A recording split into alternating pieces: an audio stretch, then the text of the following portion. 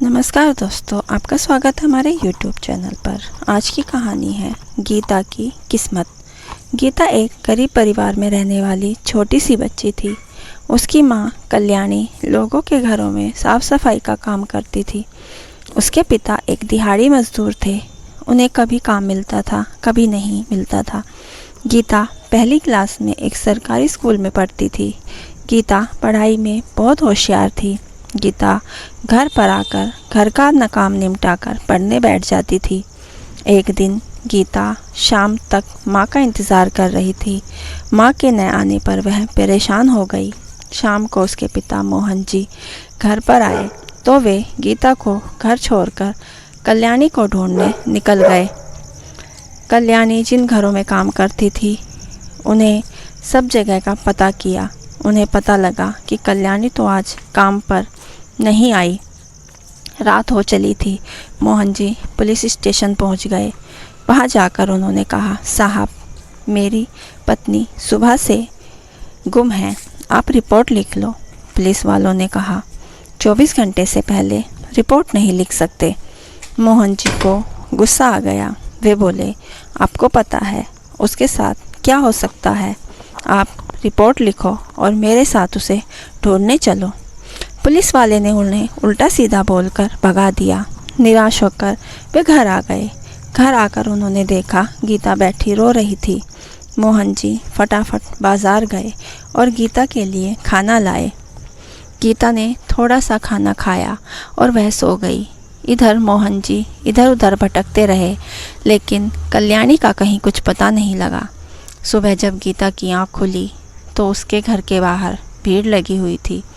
सामने सफ़ेद कपड़ा ओढ़े उसकी माँ लेटी हुई थी। उनका सिर ढका हुआ था। गीता को कुछ समझ नहीं आया। पास ही में मोहन जी खड़े रो रहे थे। तभी गीता की चाची ने उसे अपने से लिपटा लिया और बोली, बेटी, तेरी माँ हम सबको छोड़कर चली गई। गीता का दिल धक से बैठ गया। उसकी आंखों से आंसू बहने लगे। वह रोती हुई माँ से लिपट गई। उठो ना माँ, उठो, देखो रात को तुमने मेरे लिए खाना भी नहीं बनाया। गीता की चाची उसे संभालने की कोशिश कर रही थी। कुछ देर बाद गीता रोते रोते बेहोश हो गई।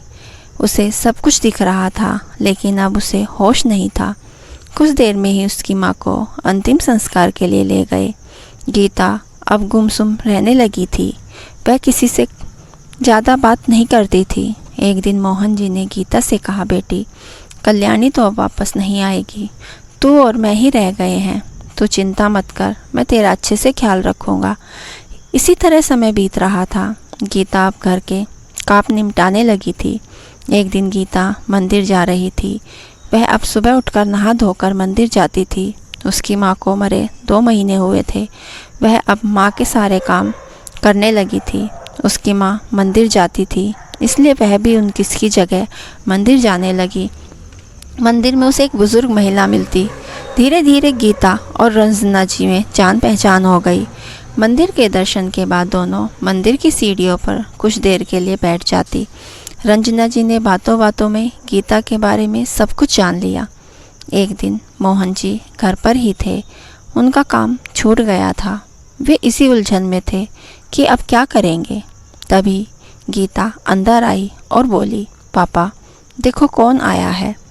मोहन जी ने देखा तो बाहर एक चमचमाती कार खड़ी थी। उसमें से एक औरत उतरकर उनके घर की ओर जा रही थी, महंगे कपड़े जेवर पहने हुए। मोहन जी ने इशारे से गीता से पूछा। गीता ने बताया, अरे पापा, ये वही रंजना जी हैं जिनके बारे में आपको बताया था। ये रोज़ मुझे मंदिर में मिलती हैं। आज ये घर पर आने के लिए कहने लगी तो मैं इन्हें ले आई। मोहन जी ने उनका हाथ जोड़कर स्वागत किया और बोले, मालकिन, आपने क्यों कष्ट किया। बच्ची से कह देती, मैं आपकी सेवा में हाजिर हो जाता। यह सुनकर रंजना जी ने कहा, कुएं को प्यासे के पास आना पड़ता है। मोहन जी बोले, मैं कुछ समझा नहीं। ओहो, मैं तो भूल गया। आप बैठिए, मैं आपके लिए कुछ खाने को लाता हूँ। रंजना जी बोली, नहीं मोहन जी, परेशान मत होइए, आप बैठिए, मुझे आपसे कुछ बात करनी है। जानते हैं आपकी बेटी कितनी होनहार और संस्कारी है। जितने ध्यान से यह पूजा करती है मैं भी नहीं कर सकती। इसके चेहरे का तेज, इसकी हंसी मैं घर जाकर भी भूल नहीं पाती। मैं चाहती हूँ कि मैं इसका अच्छे से पालन पोषण करूँ अपने घर ले जाकर। मोहन जी जितना अपनी बेटी की तारीफ सुनकर खुश हो रहे थे, अब उतने ही दुखी होकर बोले, मालकिन, मेरी पत्नी तो पहले ही चली गई है।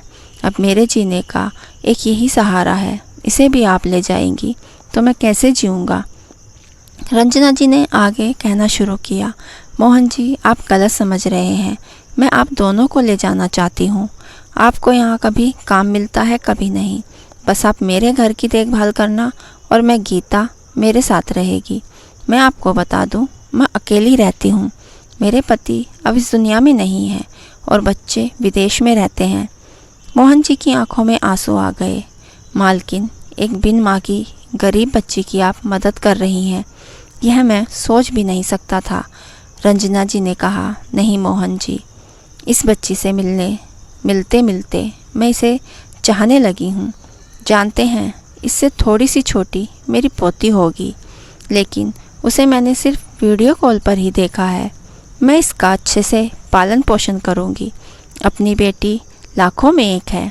मोहन जी को कुछ समझ नहीं आ रहा था। रंजना जी ने आगे कहना शुरू किया, आप तैयारी कीजिए, मेरे नौकर आकर आपका सामान ले जाएंगे। आप दोनों अभी मेरे साथ चलिए। रंजना जी दोनों को गाड़ी में बिठाकर घर ले जाती है। घर से दो नौकरों को ड्राइवर के साथ मोहन जी के घर भेजकर ज़रूरी सामान मंगवा लेती है, जिसमें सबसे ज़रूरी गीता की माँ का फ़ोटो था।